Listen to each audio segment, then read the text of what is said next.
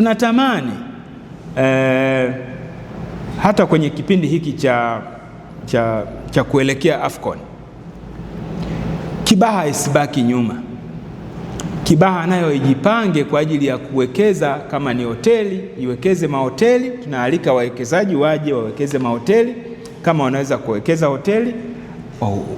Kuna uwanja wa mpira pia tunatengeneza, ili kusudi kama kuna uwezekano hawa wageni wanaokuja wanaweza wakafanyia mazoezi hata kwenye uwanja wetu wa Kibaha ambao tutauandaa wenyewe hivi karibuni.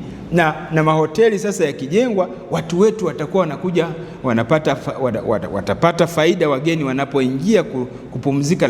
Lakini tamanio letu ni kuweka arena kabisa.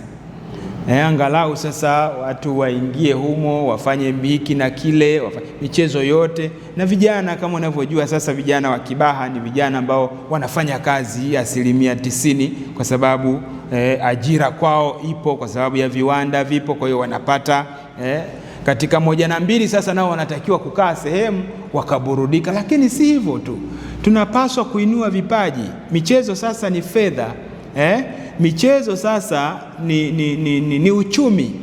Kwa lazima na sisi tukiweka uwanja wa pale wa mpira, tutacheza ligi kadha wa kadha.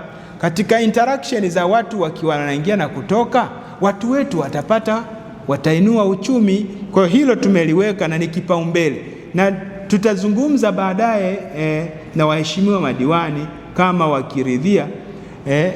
Natamani tununue timu ya manispaa, tuinunue timu mahali ya manispaa, na sisi tuwe na timu yetu.